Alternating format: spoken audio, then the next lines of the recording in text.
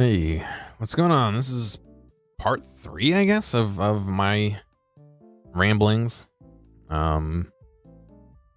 It's still actually Tuesday for me, but this will be coming out on Thursday? Yeah, part 2, level 3 is what we're getting into. No, part 3, level 2. Shit. What is this? Wall is you, flag is stop, Baba is win. I don't even see Baba.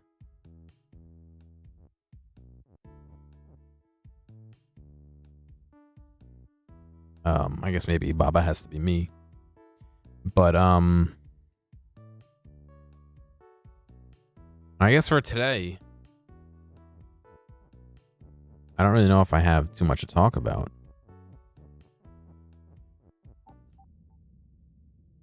Alright, so we hit a no-go. There is no Baba.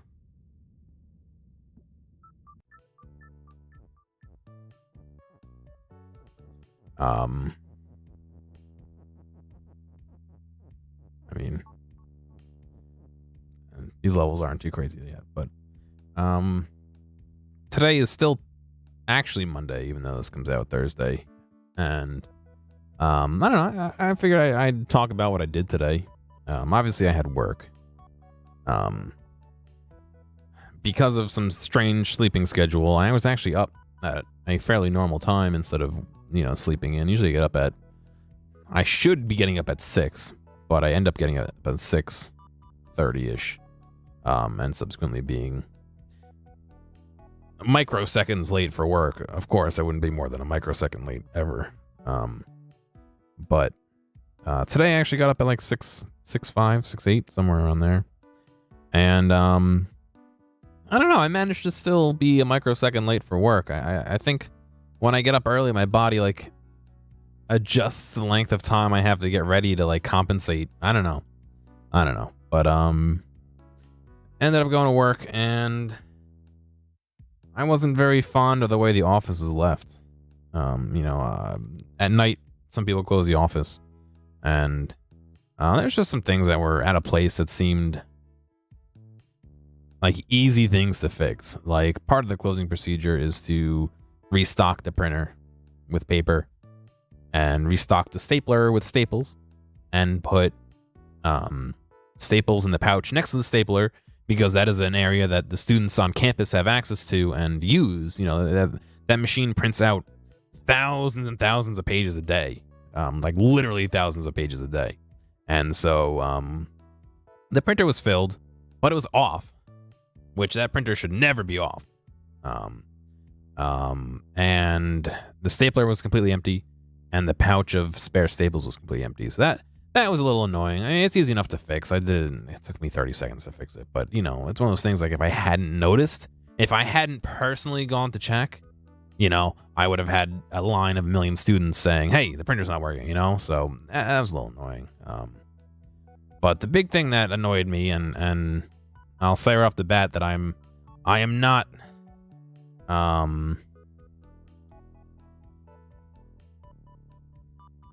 innocent in the cause of this annoyance, is there's a piece of equipment that wasn't in its proper space, and we couldn't find where it was. And it was something that someone had used, the professor had used, and was supposed to have returned while I was still at work, and should have been checked back in. And my non-innocence comes into, I didn't check to make sure that it got back.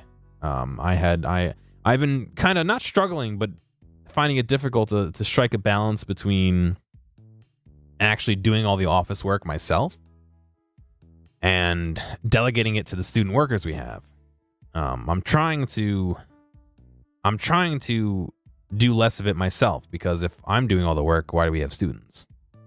But I think in my efforts to do that, I might have swung too far, and while I let them do the work, I didn't monitor them. So I can't say that equipment came back at that time where it didn't. The professor after emailing them, was very nice and said that they didn't have it, which I have no reason to doubt. I'm sure they returned it properly, and there is a alternate reason for it missing. Whether somebody used it later in the day and didn't return it, or it was placed somewhere weird and I just don't know where, or I don't know. I don't know where it is. And so that kind of annoyed me that it was missing. Part of the closing procedure at night is to check to make sure all the equipment's back and leave a note or email or something indicating the equipment wasn't there, and that didn't happen. And I was expressing this frustration to a coworker, and they had pointed out, that considering that the last person to use it used it while I was on shift, that I should be monitoring the equipment that comes back, and for a second I got a little annoyed, because obviously that's my job, is to make sure the stuff gets back, but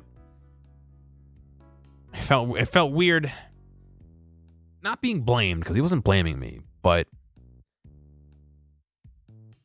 he was mentioning that I was not innocent, you know what I mean? And that made me a little upset, but thinking through it, it's not wrong.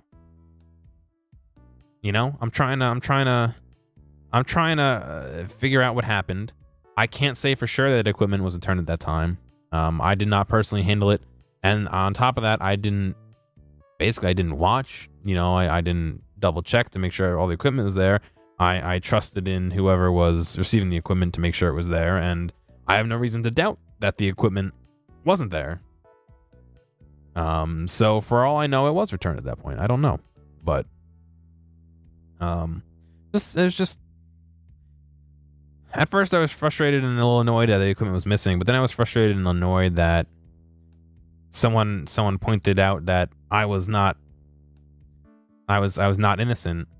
But then finally, ultimately, I got a little bit annoyed that I didn't follow up on it at the time. I wasn't even aware of it at the time. So at the end of the day, I kind of ended up being a little salty at myself. Even if I took the roundabout path to get there. But later on, me and my boss went to pick up some paint to paint a classroom, and that went all right.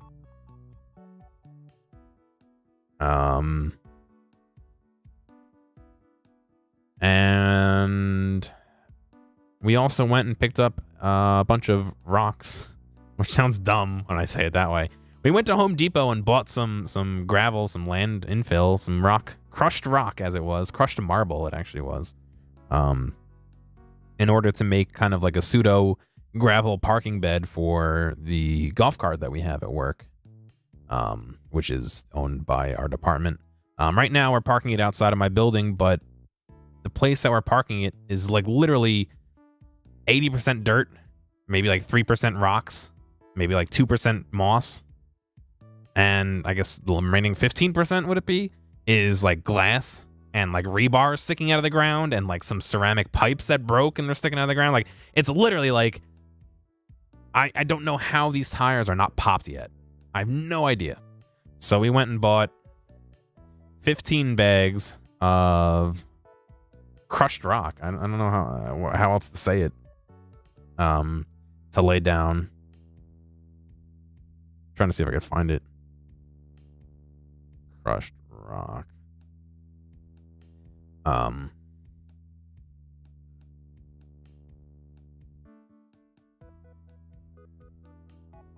And basically what I'm gonna do tomorrow is lay out this rock. It was we got enough to do 2 inches deep for 15 by 3 feet, so 45 feet, 45 square feet, which is just shy of my estimate of 5 feet wide by 10 feet long to get it. Doesn't quite say how heavy these bags are, but you know, me and him were lugging them onto a truck, a hand cart, excuse me, not a hand cart, but like a flatbed kind of hand cart thing, and then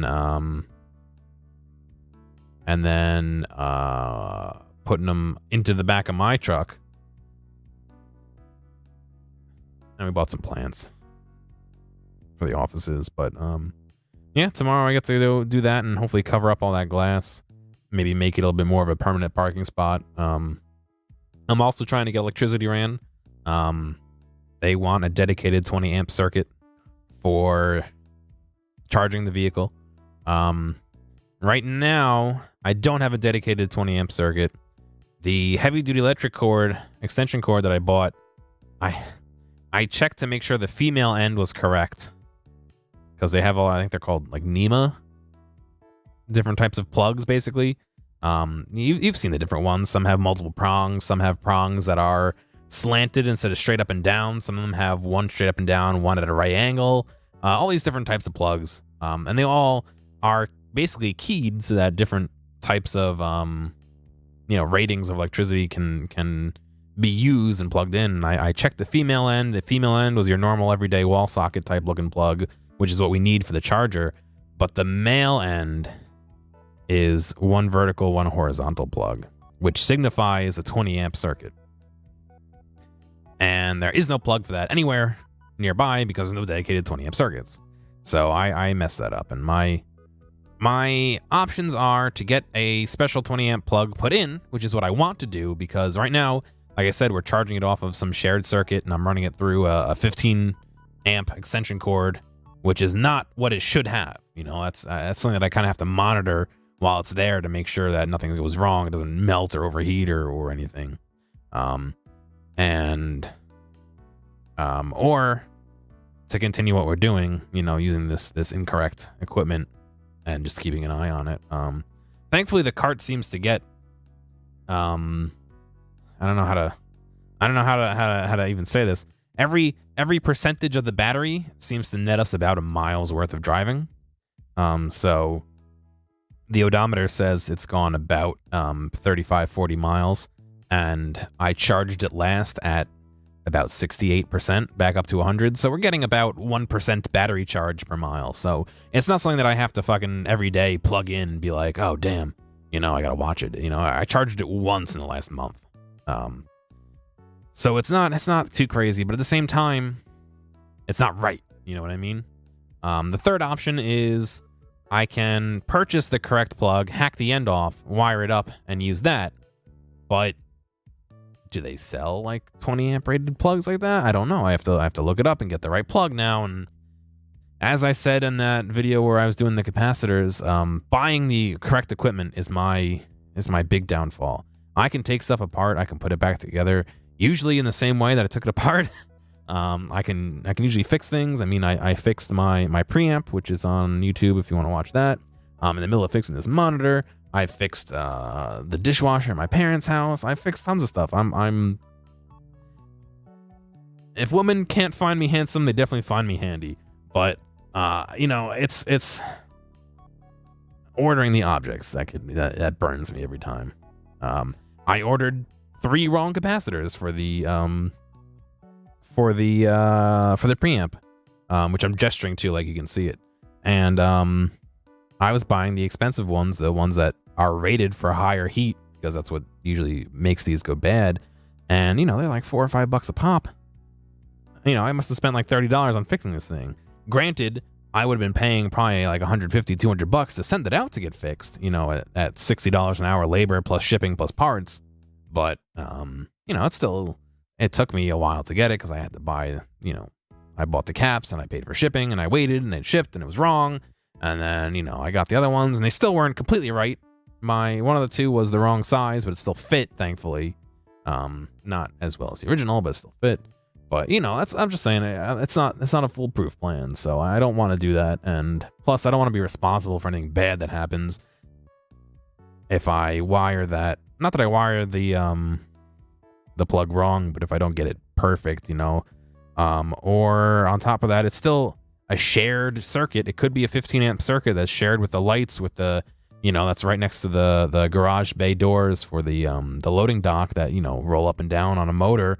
It might not be able to handle it. You know what I mean? So I want to get its own circuit there. But that's kind of just the things that I ran into throughout the day. This one's been a little bit of a long one, but anyway, that's all I have for, I guess, today. We'll be doing episode 4, level 3 soon. I gotta think of something to talk about, as the last 3, including this one, I've just kind of picked it up and ran with. But anyway, hopefully you have a good night, and thanks for watching.